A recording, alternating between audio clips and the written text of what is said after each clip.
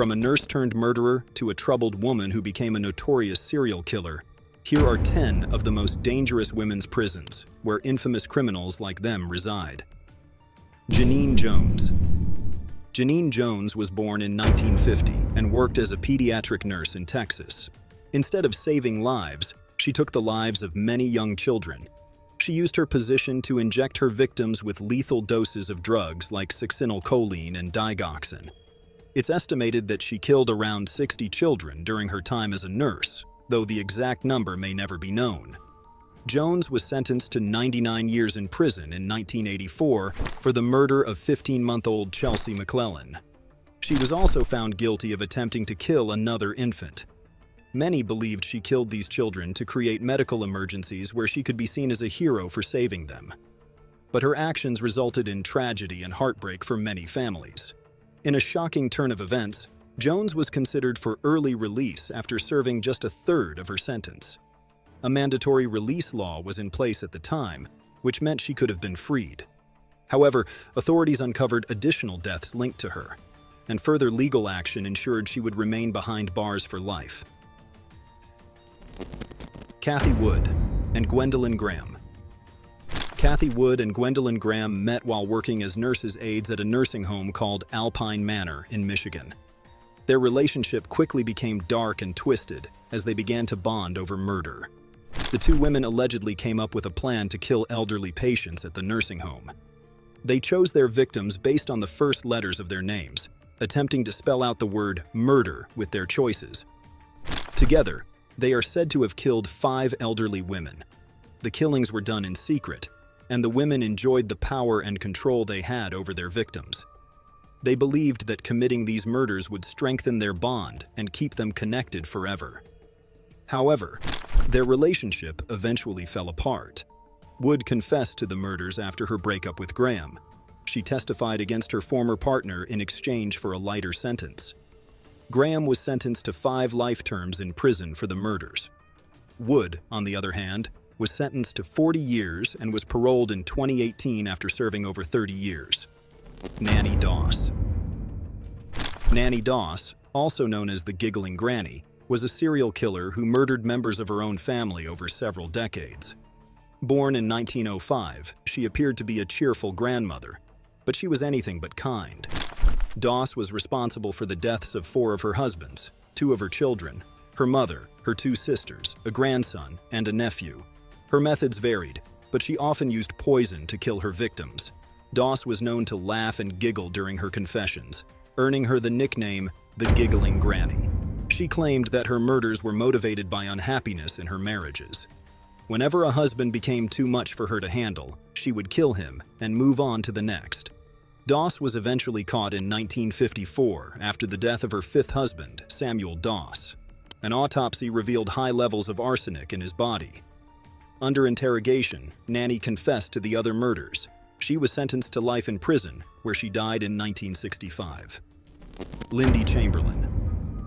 Lindy Chamberlain became a household name after her tragic case in 1980. She and her husband, Michael, were camping near Uluru or Ayers Rock in Australia when their 9-week-old daughter, Azaria, disappeared from the tent. Lindy claimed that a dingo, a wild dog, had taken the baby, but many people didn't believe her story. There was no body, and authorities found it hard to believe that a dingo could carry away a child. Lindy was eventually charged with murder and was sentenced to life in prison. Her husband was also convicted of being an accessory to the crime, though he received a lesser sentence. The media had a field day with the case, making it one of the most famous in Australian history. Years later, new evidence came to light. A piece of Azaria's clothing was found in an area known for dingo activity, supporting Lindy's story. The discovery raised enough doubt that Lindy was released from prison in 1986. She was later fully exonerated in 2012. Mary Bell. Mary Bell was just 10 years old when she committed 2 brutal murders in 1968. She strangled 2 young boys, Martin Brown and Brian Howe, in Newcastle, England. Bell's case shocked the world because of her age and the cruelty of the crimes. She showed no remorse and even returned to the scene of the crime to taunt the families of her victims. Psychologists later determined that Mary had psychopathic tendencies, which contributed to her violent behavior. Her mother had abused her throughout her childhood, which may have played a role in her actions. During her trial, the jury found her guilty of manslaughter instead of murder because of her young age and mental state. Bell was sentenced to an indefinite term of imprisonment. She was released in 1980 at the age of 23 and was given a new identity to protect her privacy. She has lived in secrecy since her release, and her case continues to raise questions about how to handle juvenile offenders who commit serious crimes. Joyce Mitchell. Joyce Mitchell worked as a seamstress at the Clinton Correctional Facility in New York. Her life changed when she became involved with two convicted murderers, Richard Matt and David Sweat. Mitchell helped the men escape from the maximum security prison by providing them with tools like a hacksaw and a drill. The escape in 2015 made national headlines, as the two men evaded capture for nearly 3 weeks. Mitchell had planned to help them escape by driving a getaway car, but she backed out at the last minute. Authorities eventually caught up with the fugitives. Matt was killed in a shootout, and Sweat was captured alive. Mitchell was arrested and sentenced to up to 8 years in prison for her role in the escape. She was charged with promoting prison contraband and criminal facilitation. Mitchell was released in 2020 after serving 5 years. Chung Chui-ping. Chung Chui-ping, also known as Sister Ping, was a notorious human smuggler from China. She operated a large-scale human trafficking ring that smuggled people from China to the United States. Ping charged high fees for the dangerous journey, and many of her clients faced extreme hardships along the way. Sister Ping made millions of dollars through her illegal business. She was known for her ruthlessness and was feared by many. Her operation was part of a larger group known as the Snakeheads, which smuggled thousands of people into the U.S. Ping herself had been an illegal immigrant before becoming a powerful figure in the smuggling world. She was eventually captured and sentenced to 35 years in prison for her crimes. Sister Ping died in prison in 2014 from cancer. Ilse Koch. Ilse Koch was one of the most infamous figures of World War II. As the wife of Karl Koch, the commandant of the Buchenwald concentration camp, she had significant power over the prisoners. Ilse was known for her cruelty and sadistic behavior, earning her the nickname the Witch of Buchenwald. She was accused of torturing prisoners and even ordering items, such as lampshades, to be made from their tattooed skin. Her actions made her one of the most hated individuals associated with the Holocaust. After the war, Koch was tried as a war criminal.